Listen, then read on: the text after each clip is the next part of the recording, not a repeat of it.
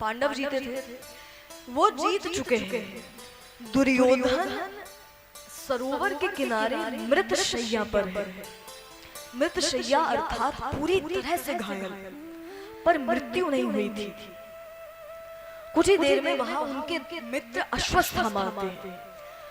उस स्थिति को देखकर जब उनके पैरों से रक्त बह रहा है, बहुत पीड़ा में है वो, उस स्थिति में भी उनकी मृत्यु नहीं हुई। तब वो उनसे पूछते हैं कि मित्र, अभी तक तुम्हें मुक्ति क्यों नहीं मिली? अब तो युद्ध हो चुका है, सब निर्णय आ चुका है। तब दुर्योधन ने कहा कि मेरी सेना में कौन नहीं था? महामहिम भीष्म, गुरु द्रोण, अंगराज कर्ण, हम हार कैसे गए? और उनके साथ कौन थे? सिर्फ अकेले वासुदेव, जिन्होंने भी शस्त्र नहीं उठाया। वो जीत कैसे गए? ये सत्य मैं स्वीकार नहीं कर पा रहा हूं, और तब तक मुझे मुक्ति भी नहीं मिल सकती है। इसलिए अगर तुम मेरे लिए कुछ कर सकते हो तो सिर्फ मुझे पांचों पांडवों के मृत शरीर दिखा दो, मुझे मुक्ति मिल जाएगी। तब उस वक्त अश्वत्थामा ने कहा कि मैं तुम्हें वचन देता हूं, तुम अभी मेरा इंतजार करो, इसी वक्त मैं पांचों पांडवों के मृत शरीर तुम्हें दिखाऊंगा। उसी वक्त अश्वत्थामा अपनी तलवार निकालते हैं। रातों रात जिस वक्त पांडव अपने शिविर से बाहर गए थे, वो कृतवर्मा और कृपाचार्य के साथ उनकी शिविर में प्रवेश करते हैं। रातों रात संजोग से उस वक्त पांडवों की शिविर में जितने भी उनके पुत्र थे वो सो रहे थे। अश्वत्थामा जिस मार्ग से जा रहे हैं वहां सैनिकों को मारते हुए जा रहे हैं, और ऐसे मार रहे हैं कि किसी के मुख से कोई आवाज भी नहीं आ रही। उनके मुख को दबा कर मार रहे हैं। करते करते वो उसी शिविर में प्रवेश करते हैं जहां सारे पुत्र सो रहे थे। एक झटके में उन्होंने अपनी तलवार निकाली और जितने भी पुत्र थे सबका उन्होंने उन सब के कटे मस्तक को लेकर वो जाते हैं दुर्योधन के पास। जैसे ही पर्दा खोला गया, दूर से तो जब आ रहे थे तो दुर्योधन को लगा अरे पांडवों की मृत्यु हो गई। जैसे ही पर्दा खोला जाता है तब दुर्योधन ने कहा ये तो उनके पुत्र हैं, ये पांडव थोड़ी है, तुमने इन्हें मार दिया। इन्हें मारने के लिए थोड़ी कहा था मैंने। उस वक्त उन्होंने अपने जीवन में सुख और दुख को एक साथ अनुभव किया। उनके बारे में कहा गया था कि जब आप दोनों भावों को एक साथ अनुभव कर पाएंगे तभी आपकी मृत्यु होगी। उसी क्षण दुर्योधन के प्राण परमात्मा में विलीन होते हैं। पर क्योंकि पुत्रों का तो वध हो चुका था, जैसे ही थोड़ी देर में पांडव अपने शिविर में वापस आते हैं, जब उन्हें ये घटना पता चली, उसी वक्त अर्जुन ने कहा द्रौपदी जी से तुम चिंता मत करो, इसी क्षण जिसने भी ऐसा कार्य किया है मैं तुम्हारे सामने उसे प्रस्तुत करूंगा। उसी वक्त अर्जुन ने अपने गांडीव को उठाया और वो तीर लेकर बाहर निकल गए। दूर से जैसे ही अश्वत्थामा ने अर्जुन को देखा तो वो डर के कारण भागने लगते हैं वहां से। अब पीछे पीछे अर्जुन और आगे अश्वत्थामा। डर के कारण अश्वत्थामा ने ब्रह्मास्त्र निकाला। वो ब्रह्मास्त्र चलाते हैं, उसका निषेध करने के लिए अर्जुन ने भी ब्रह्मास्त्र निकाला। और जब दो समान शक्तियां टकराती हैं तब संभाव हो जाता है। तो ब्रह्मास्त्र निकालकर जब सामने वाला ब्रह्मास्त्र शक्ति रहित हो गया, तब क्रोध से अर्जुन आते हैं और अश्वत्थामा को पकड़कर उतने ही क्रोध से द्रौपदी जी के सामने उन्होंने फेंक दिया। अर्जुन का बताओ क्या सजा मिलनी है इसे? तुम जो कहोगी वो इसके साथ होगा। अब द्रौपदी जी के मन की स्थिति सोचिए आप। उनकी तो कोई गलती नहीं है, बिना किसी कारण। देखिए, युद्ध में अगर किसी को वीर गति मिल रही है वो अलग बात है, दैट्स अ डिफरेंट मैटर, पर बिना कारण यूं ही मार देना ये अनुचित है। युद्ध में तो योद्धा मान कर जाता है कि पता नहीं क्या होगा, पर हम अपने घर में रहते हैं ये सोचकर कि यहाँ तो सुरक्षित है। जब ऐसे अकस्मात घटना घटती है तब वो क्या सोच रही है। उसके बाद भी जब द्रौपदी जी ने ये दशा देखी अश्वत्थामा की, तब वो कहती है कि पहली बात तो ये आपके गुरु के पुत्र हैं, दूसरी बात ये ब्राह्मण है, और उस वक्त पे ब्राह्मणों का बहुत सम्मान होता था, इसलिए क्योंकि वो जन्म नहीं अपने कर्म से ब्राह्मण है। ब्राह्मणों के लक्षण बताते हुए कहा गया कि जो कभी अपनी स्तुति अर्थात अपनी तारीफ नहीं सुनता, अगर कभी उसे अपनी बुराई सुनने को मिल रही है तो उतना ही प्रसन्न होता है, ये ब्राह्मण का लक्षण है। हम क्या करते हैं,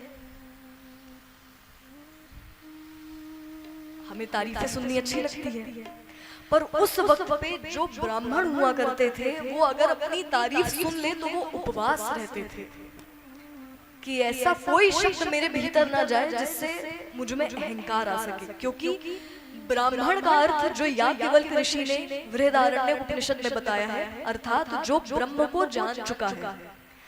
ब्रह्म को जानने के साथ ही ब्रह्म को जानने का अहंकार खत्म हो जाता है, और यही प्रसंग अष्टवक्र गीता में भी है, जब अष्टवक्र कहते हैं कि ब्रह्म को जानने के बाद मनुष्य में अहंकार नहीं बचता।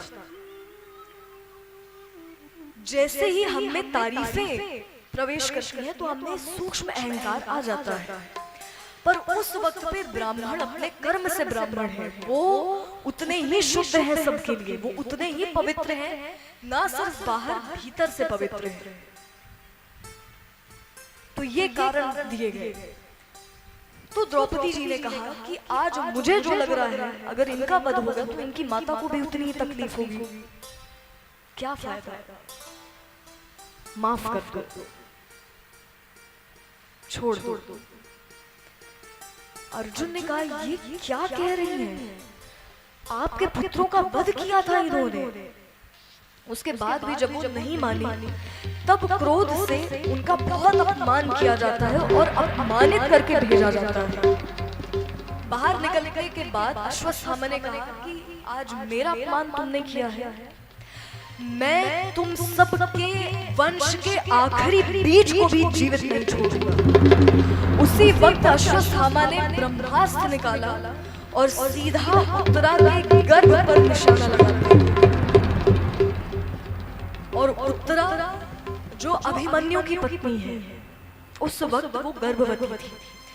जैसे ही निशाना उनके गर्भ में लगाया गया और अश्वत्थामा उस ब्रह्मास्त्र को छोड़ते हैं, अब भगवान को उसी क्षण इतना क्रोध आया, इतना क्रोध आया, वो अश्वत्थामा से कहते हैं, अश्वत्थामा तुम्हें मृत्यु का भय नहीं है ना, मैं तुमसे तुम्हारी मृत्यु ही खींच लेता हूं, तुम्हें अमर होने का अभिशाप देता हूं, तुम्हारा अंग अंग गलेगा, रक्त और दीप बहेगा, मृत्यु के लिए प्रार्थना करते रहोगे पर मृत्यु तुम्हें प्राप्त नहीं होगी। ऐसे शब्द भगवान ने कहे। उसी वक्त भागते हुए उत्तरा वहां पर आती है, बोलती प्रभु आप मेरी रक्षा करिए। तब भगवान ने अपने दाहिने हाथ को माता उत्तरा के गर्भ पर रखा और रखते ही गर्भ के भीतर जो छोटे से बालक हैं उनकी रक्षा होती है। कुछ नहीं हुआ, पूरी तरह से सुरक्षित। भगवान ने कहा कि इसने जन्म लेने से पहले ही परीक्षा दे दी है, इसलिए पुत्र का नाम होगा परीक्षित। ये कहकर भगवान वहां से प्रस्थान करने लगते हैं। तो आज भी हम जानते हैं कि सप्त चिरंजीवी हैं, अर्थात जो अभी भी कहीं ना कहीं मौजूद हैं, उनमें एक अश्वत्थामा भी है, वो अभी भी कहीं ना कहीं होंगे। अश्वत्थामा के बारे में जो श्रीमद् भागवत में आगे वर्णन आता है कि अगले मनवंतर में वो सप्त ऋषि में शामिल भी होंगे, क्योंकि हमारे धर्म में इतनी करुणा है कि हर मनुष्य को पश्चाताप के बाद नया मौका दिया जाता है, कभी भी द्वार बंद नहीं होता। ये करुणा सिर्फ यहाँ है। ये कहकर जब भगवान लौटने लगते हैं तो सबसे मिलते हैं, क्योंकि युद्ध हो चुका है, धर्म की स्थापना हो चुकी है। अर्जुन को हृदय से लगाते हैं, माता कुंती के चरण स्पर्श करते हैं, नकुल सहदेव को आशीर्वाद देते हैं, सबसे भेंट करते हैं और फिर उनका रथ द्वारिका के लिए प्रस्थान करता है। बीच रास्ते से भगवान का रथ लौटने लगा तो सबने सोचा कि क्या कारण है। रथ सीधा जाता है कुरुक्षेत्र की भूमि में, जहां पर महाभारत का युद्ध हुआ था। वहां पर अभी भी कोई है जो भगवान का इंतजार कर रहा है। कौन? महामहिम भीष्म। क्यों इंतजार कर रहे हैं? जब युद्ध चल रहा था उस वक्त पे आप जानते हैं कि महामहिम भीष्म कौरवों के पक्ष से थे। वो प्रेम करते हैं पांडवों से, पर उसके बाद भी उन्होंने हस्तिनापुर का साथ निभाने का वचन दिया था, इसलिए वो कौरवों के पक्ष में है। और जिसने पांडवों की सेना में सबसे अधिक विध्वंस किए थे वो महामहिम भीष्म ही थे। उसके बाद भी उन्होंने पांडवों को कोई नुकसान नहीं पहुंचाया। अब ये बात तो दुर्योधन भी देख रहे हैं। एक दिन उन्होंने भीष्म पितामह से कहा कि अगर आप चाहें तो आप उन्हें मार सकते हैं। सत्य यह है कि आप उन्हें मारना नहीं चाहते, आपके हृदय में अभी भी उन सब के लिए उतना ही प्रेम है। यही है प्रतिज्ञा आपकी, यही है वचन। तब भीष्म पितामह कहते हैं कि तुम्हें मेरे वचन पालन में संदेह है। एक तो तुम्हारे लिए मैं अधर्म का साथ देने को तैयार हो गया, केवल हस्तिनापुर के लिए मैंने तुम्हारा पक्ष ले लिया और तुम मेरे वचन पालन पर प्रश्न कर रहे हो। अगर इतनी इच्छा है तो मैं तुम्हें वचन देता हूं, कल एक पांडव का मृत शरीर तुम्हारे सामने होगा। ये कहकर महामहिम भीष्म अपना धनुष लेकर चले जाते हैं। जब भगवान को पता चला तो कहते हैं अच्छा पांडवों का वध होगा, मैं भी देखूं कैसे होता है, करिए। तो अगले दिन जैसे ही महामहिम भीष्म का रथ शिविर से बाहर निकला, युद्ध भूमि में आया, उनके सामने भगवान ने ठीक अपना रथ खड़ा किया जिसमें अर्जुन है। भगवान ने अर्जुन से कहा इनसे युद्ध करो। तब भीष्म पितामह तो उतने ही अच्छे से युद्ध कर रहे हैं अर्जुन के साथ, पर अर्जुन के मन में उनके प्रति इतना अधिक प्रेम था कि उनके बाणों में शक्ति ही नहीं है। वो मार रहे हैं पर बहुत अनमने मन से। तो भगवान कहते ये क्या कर रहे हो तुम?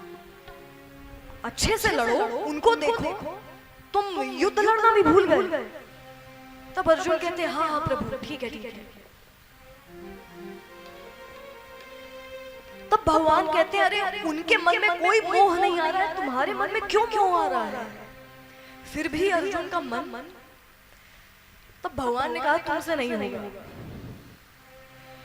भीष्म पितामह से कहते हैं कि आप क्या सोचकर युद्ध कर रहे हैं? आपके युद्ध लड़ने का क्या कारण है? महामहिम भीष्म ने कहा कि हस्तिनापुर की रक्षा करने का मैंने वचन लिया है, इसलिए मैं अपने वचन का निर्वाह कर रहा हूं, यही मेरा चरित्र है। भगवान ने कहा वो कोई भी वचन, आशीर्वाद, श्राप मैं नहीं मानता जो नियति के मार्ग में बाधा बने, जो मनुष्य के सुख में बाधा बने। ऐसे किसी भी वचन, प्रतिज्ञा, आशीर्वाद, श्राप को मैं नहीं मानता।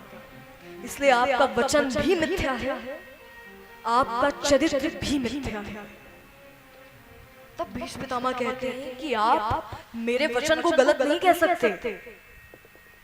मैंने क्या नहीं किया हस्तिनापुर के लिए? मैंने सिंहासन का त्याग कर दिया, मैंने सब कुछ अपना लिया, आजीवन ब्रह्मचर्य की प्रतिज्ञा दी। मैं सत्य के साथ हूं, इसलिए मुझे कोई पराजित नहीं कर सकता। ये जैसे ही भीष्म पितामह ने कहा, भगवान क्रोधित होकर कहते हैं, मैं आपको पराजित कर सकता हूं महामहिम भीष्म, इसी क्षण आपको मृत्यु प्रदान कर सकता हूं। मेरी क्रोध की अग्नि को जलाने का साहस मत करिए। ऐसा कोई वचन, कोई आशीर्वाद, कोई वरदान नहीं है जिसे मैं मिथ्या ना कर सकूं। इसलिए अगर थोड़ा भी विवेक आप में है तो इसी वक्त अपने शस्त्रों का त्याग करिए। पर उसके बाद भी जब भीष्म पितामह ने शस्त्र का त्याग नहीं किया, तब भगवान अपने रथ से नीचे उतर कर कहते हैं कि आपको मारने के लिए मुझे शस्त्र उठाने की भी आवश्यकता नहीं है, कि रथ के पहिए से मैं आपका वध कर सकता हूं। तब वो क्रोध से जाते हैं, जाते जाते उनका पीतांबर गिर जाता है और उसी क्षण एक रथ के पहियों को उन्होंने निकाला और हाथों में पकड़कर जैसे आगे बढ़ने लगे, उसी वक्त अर्जुन ने देखा ये क्या हो रहा है। भीष्म पितामह के मन में दो विचार आए।